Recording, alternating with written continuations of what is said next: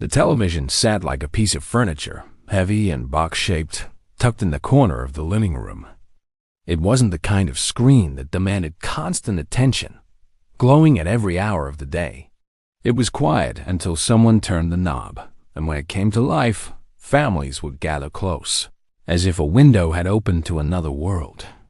There were only a handful of channels to choose from, and most were in black and white, but that only made the moments of television feel more special.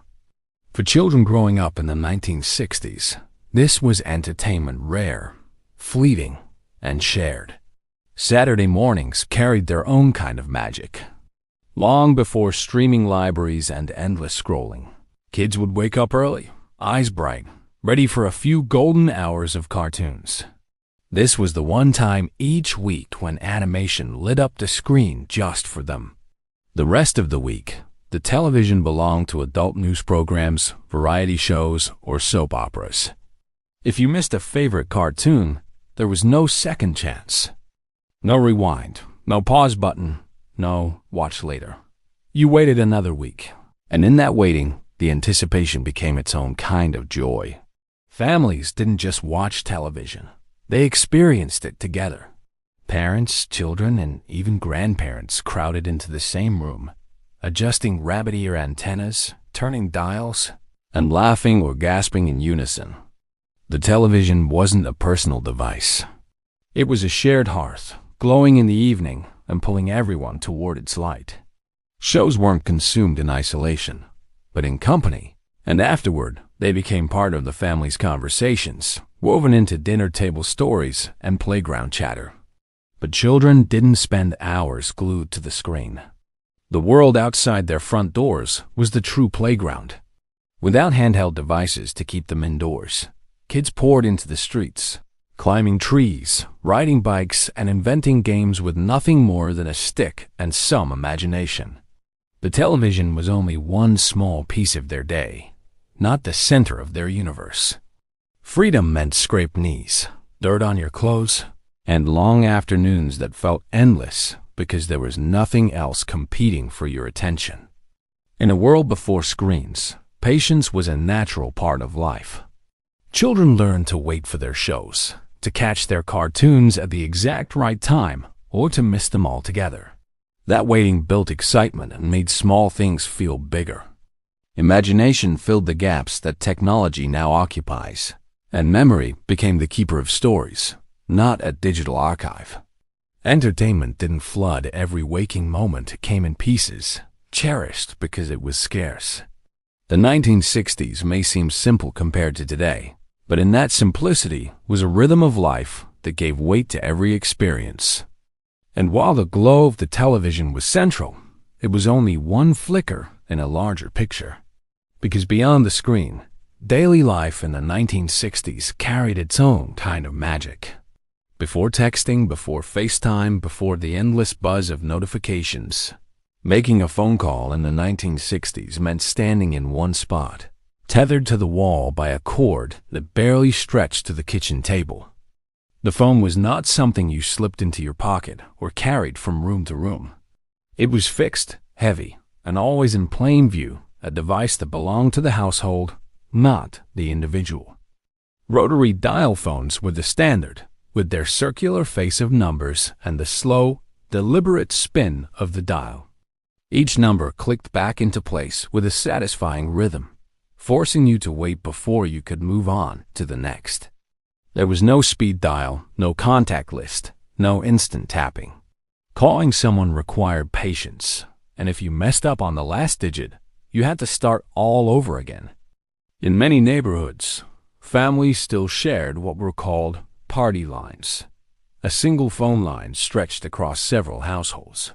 Pick up the receiver, and you might hear a neighbor already talking, voices crossing wires in a mix of everyday conversations. Privacy wasn't guaranteed. In some places, children learned to recognize the sound of their family's distinctive ring pattern, waiting for the right signal before answering. Even when you had a private line, privacy was rare. Most families only had one phone, usually fixed in the hallway or the kitchen, where everyone could overhear.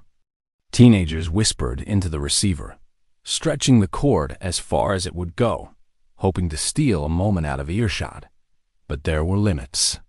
Parents set strict time rules because long-distance calls were expensive and neighbors couldn't be kept waiting. There was no caller ID, no voicemail, no way of knowing who had tried to reach you. If you missed a call, you missed it. Kids memorized numbers instead of saving them, reciting them like small incantations until they stuck in memory. And when you did get through, the sound carried a kind of warmth that today's sleek devices can't quite replicate. The faint crackle of the line, the weight of the receiver against your ear, the sense that you were reaching across distance in real time. It was a slower, less convenient way to communicate, but it also made each call feel more important. Friends made plans and stuck to them because there was no easy way to cancel at the last second. Long-distance relatives wrote letters instead of calling too often, keeping phone calls for birthdays, holidays, or big news. In a way, the limits of the phone gave more meaning to every ring. The phone in the 1960s was not a personal device. It was a shared tool, teaching patience, manners, and the art of waiting your turn. Conversations weren't just about words, but about presence, about stopping what you were doing and giving someone your time. And while kids today carry the internet in their pockets, 1960s kids carried something much heavier. Forget iPads. Forget sleek laptops that slip into a backpack without adding any weight. For kids in the 1960s, school meant lugging around textbooks so heavy they could have counted as exercise. Thick hardcovers filled with small print and thin pages were the only way lessons came packaged. Every subject had its own giant book: math, science, history, English, and children carried them all, often stacked in their arms or stuffed into leather satchels that dug into their shoulders. There was no digital shortcut, no download button. Knowledge was heavy, and you carried it everywhere. Classrooms looked and felt different too. Chalk dust lingered in the air, coating blackboards that stretched across the front of the room. Teachers snapped wooden pointers against the board, filling it with notes that had to be copied by hand before the bell rang. Erasers clapped together in clouds of dust during cleanup, leaving hands and uniforms streaked in white. Every lesson required focus, because missing a line meant flipping through heavy books later, trying to catch up by lamplight at home. Technology, when it appeared, felt almost futuristic. Overhead projectors clicked to life with their glowing bulbs and transparent sheets of notes. Film reels rattled through projectors for special lessons, turning the classroom dark as flickering images appeared on the pull-down screen. Those moments were rare and exciting, breaking the monotony of chalk and paper. But even then, students still had to write every word of their notes by hand. Research was another test of patience. There were no search engines or quick answers. If a teacher assigned a paper, students marched to the school library, where long rows of encyclopedias and reference books waited. Sometimes kids even carried entire volumes home, adding to the already back-breaking load of textbooks. Learning required time, effort, and handwriting pages and pages of it, scrawled in lined notebooks that wore thin by the end of the year. In that world, shortcuts simply didn't exist.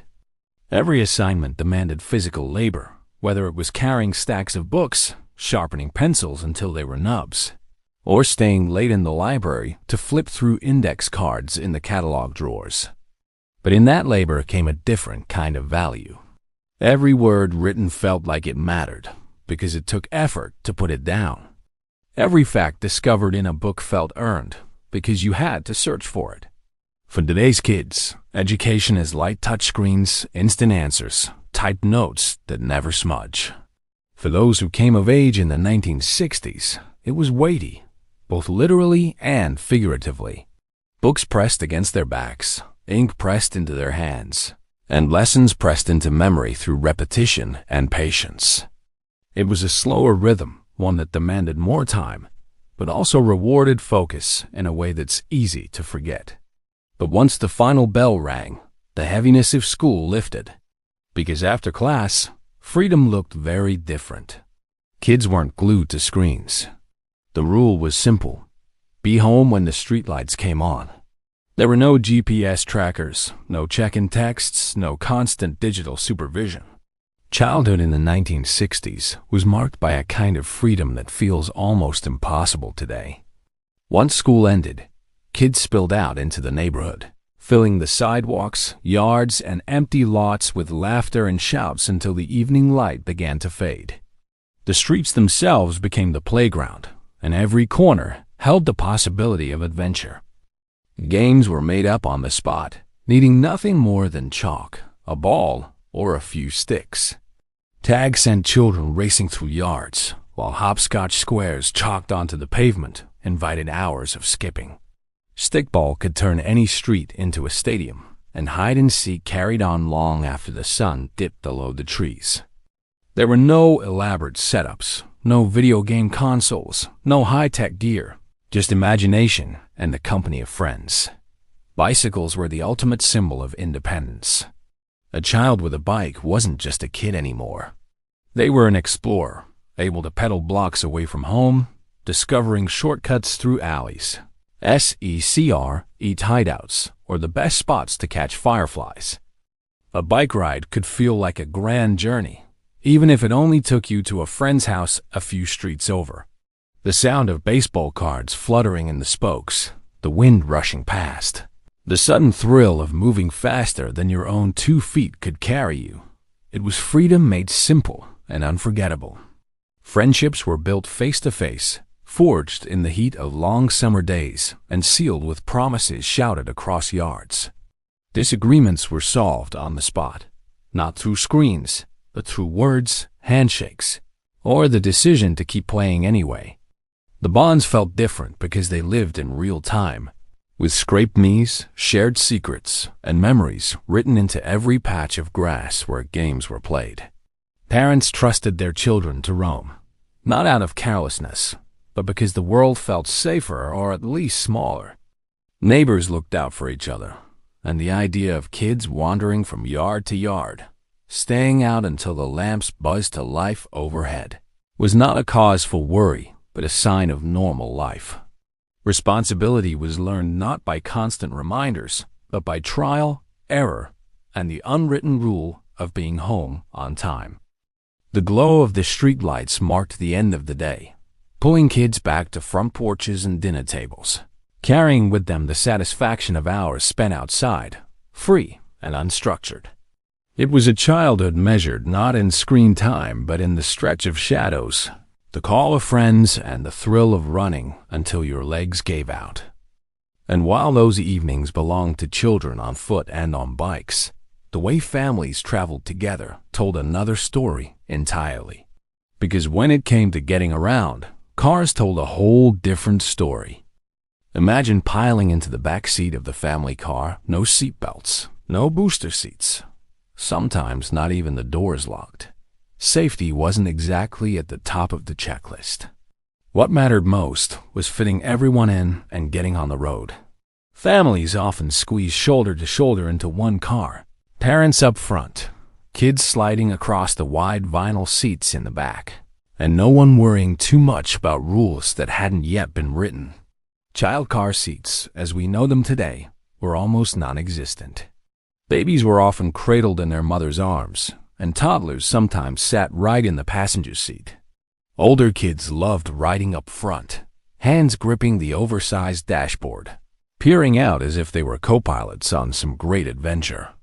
If you were lucky enough to sit in the back of a pickup truck, the ride itself felt like an amusement park winged in your hair bumps, in the road bouncing you skyward, and a freedom that would make today's safety experts shudder. Gas was cheap, which meant families hit the road often. Sunday drives were a pastime of their own, and summer vacations meant piling everyone into the car for road trips that stretched across states. Air conditioning wasn't standard, so windows were cranked down by hand, and the hot wind whipped through the car while kids fought over who got to control the vent or the window handle. The smell of gasoline at the pump, the rattle of loose change for snacks, and the hum of tires on long stretches of highway all became part of the soundtrack of travel. The dashboard didn't glow with screens. Instead, it carried a simple radio with dials to twist and knobs to tune. Families sang along to whatever came through the speakers, from Beatles hits to local weather reports, static and all. When it came time to navigate, there was no voice telling you to turn left in half a mile. Parents unfolded paper maps that stretched across laps, tracing routes with a finger, sometimes pulling into gas stations to ask attendants for directions. Getting lost was part of the adventure, and the journey was rarely rushed. Cars of the 1960s were not just vehicles. They were extensions of family life. They carried memories in their vinyl seats and adventures in their glove compartments. Every ride was shared, every mile remembered, and the lack of modern safety or convenience made them somehow more personal. Children stretched out across the back seat on long trips, using jackets as pillows, while parents chatted up front, one hand steady on the wheel. Looking back, it seems incredible how casual the rules of the road once were. But in that looseness was a sense of freedom, a lightheartedness that made every drive feel less like a commute and more like a part of the journey. Of course, road trips weren't just about the ride. They were about the stops along the way. Before fast food chains lined every exit and glowing signs promised the same meal in every town, the highways of the 1960s offered something far more colorful. Every road trip felt like an adventure, not just because of where you were going, but because of the surprises that waited along the way. Small family-owned diners sat just off the road, their neon signs buzzing in the evening light. Each one was different, some famous for a slice of pie, others for pancakes stacked high, all offering the kind of comfort food that made families linger instead of rush. Motels dotted the highways too, each one a little world of its own. Before hotel chains took over, roadside motels had their own character. Bright signs shaped like arrows, tiny pools out front, and doors that opened straight onto the parking lot. Families pulled in after a long day's drive, kids racing to jump on the creaky beds while parents carried in suitcases. These motels weren't just a place to sleep. They were part of the trip's memory, as recognizable as the landmarks themselves.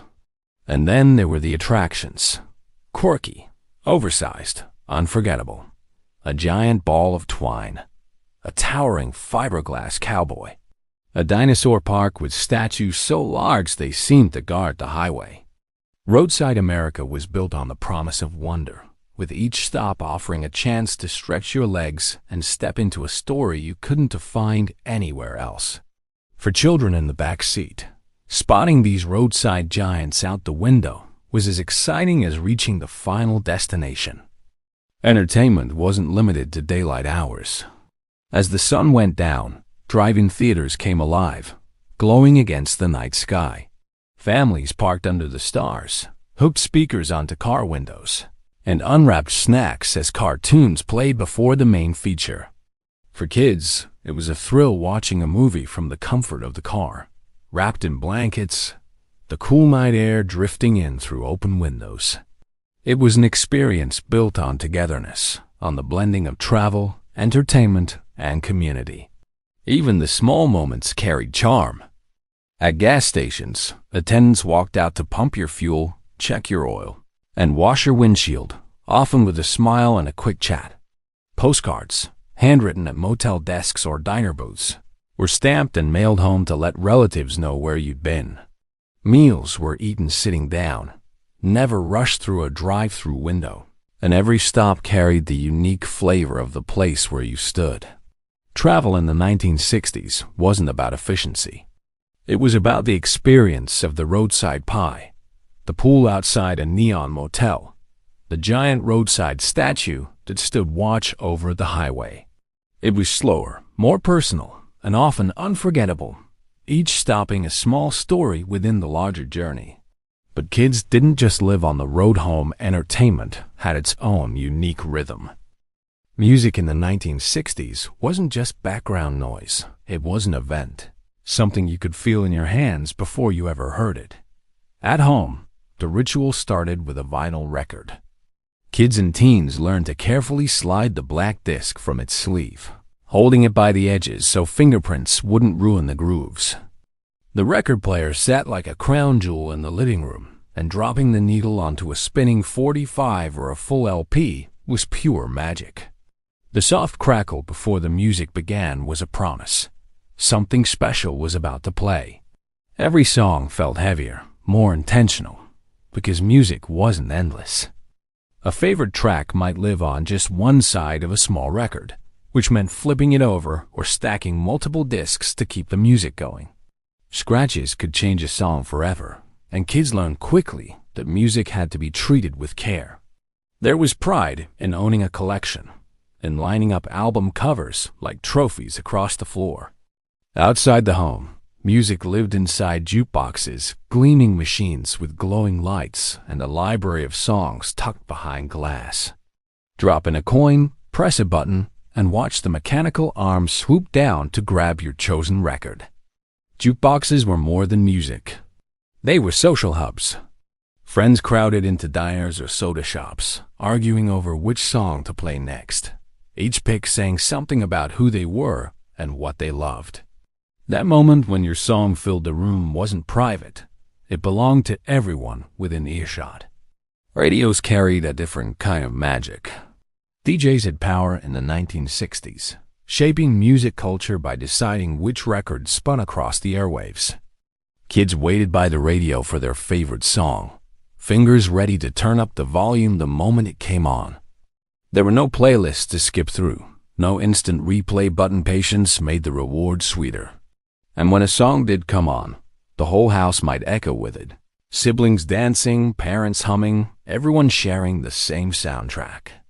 Music wasn't just consumed, it was shared. Friends gathered in living rooms to listen together, swapping records, memorizing lyrics, and practicing dance moves. A hit song didn't live on a personal playlist. It lived in the collective memory, tied to moments, people, and places. That is why so many songs from the era still carry such power. They weren't just music. They were experiences. In the 1960s, sound had a presence you couldn't ignore. Vinyl was tangible. Jukeboxes were glowing beacons. Radios were lifelines to the wider world. Music demanded your attention, and in return, it gave you memories that stuck. And when the music faded, kids turned to something much simpler for entertainment. Kids today might tap on screens for fun, but in the 1960s, play was a hands-on adventure that required nothing more than imagination and a little creativity. Toys didn't come with instruction manuals or endless updates. They came in cardboard boxes waiting to be brought to life by the kids who played with them. A rainy afternoon might mean pulling out Lincoln logs and building a frontier cabin, or stacking wooden blocks into castles that leaned dangerously but stood tall with pride. Etch-a-Sketch turned every child into an artist, with little red knobs that made you twist and turn lines across the gray screen, drawing houses, names, or lopsided stick figures. The slinky could march itself down the stairs like magic, and marbles sparkled like treasure in the palm of your hand. Board games filled living rooms with laughter and arguments alike. Monopoly stretched on for hours, often ending with someone flipping the board in frustration. Candyland's colorful path, Clue's mysterious mansion, and the countless rolls of dice all carried their own kind of magic. There were no glowing screens to pull kids into other worlds. The adventure was already waiting inside those cardboard boxes.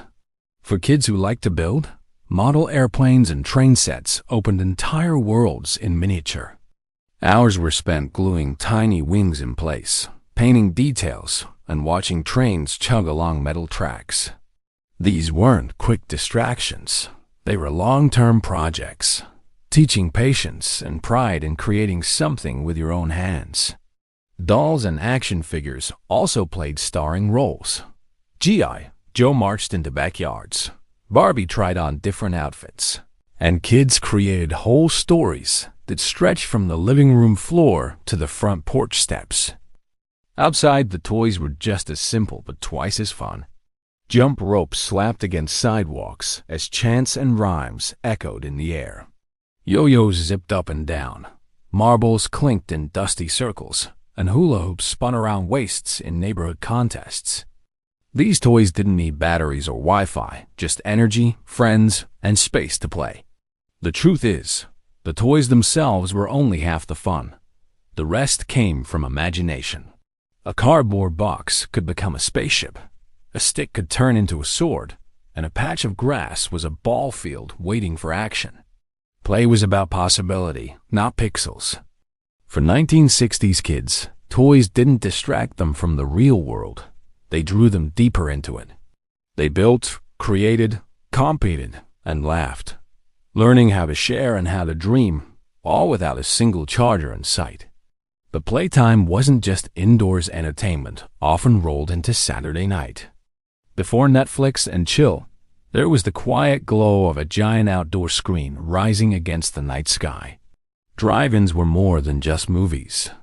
They were rituals, a gathering place where families and teenagers found magic beneath the stars.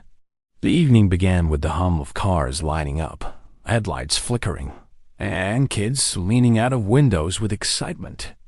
Trunks were packed with blankets and paper bags of snacks, the kind that never cost extra because they came from home.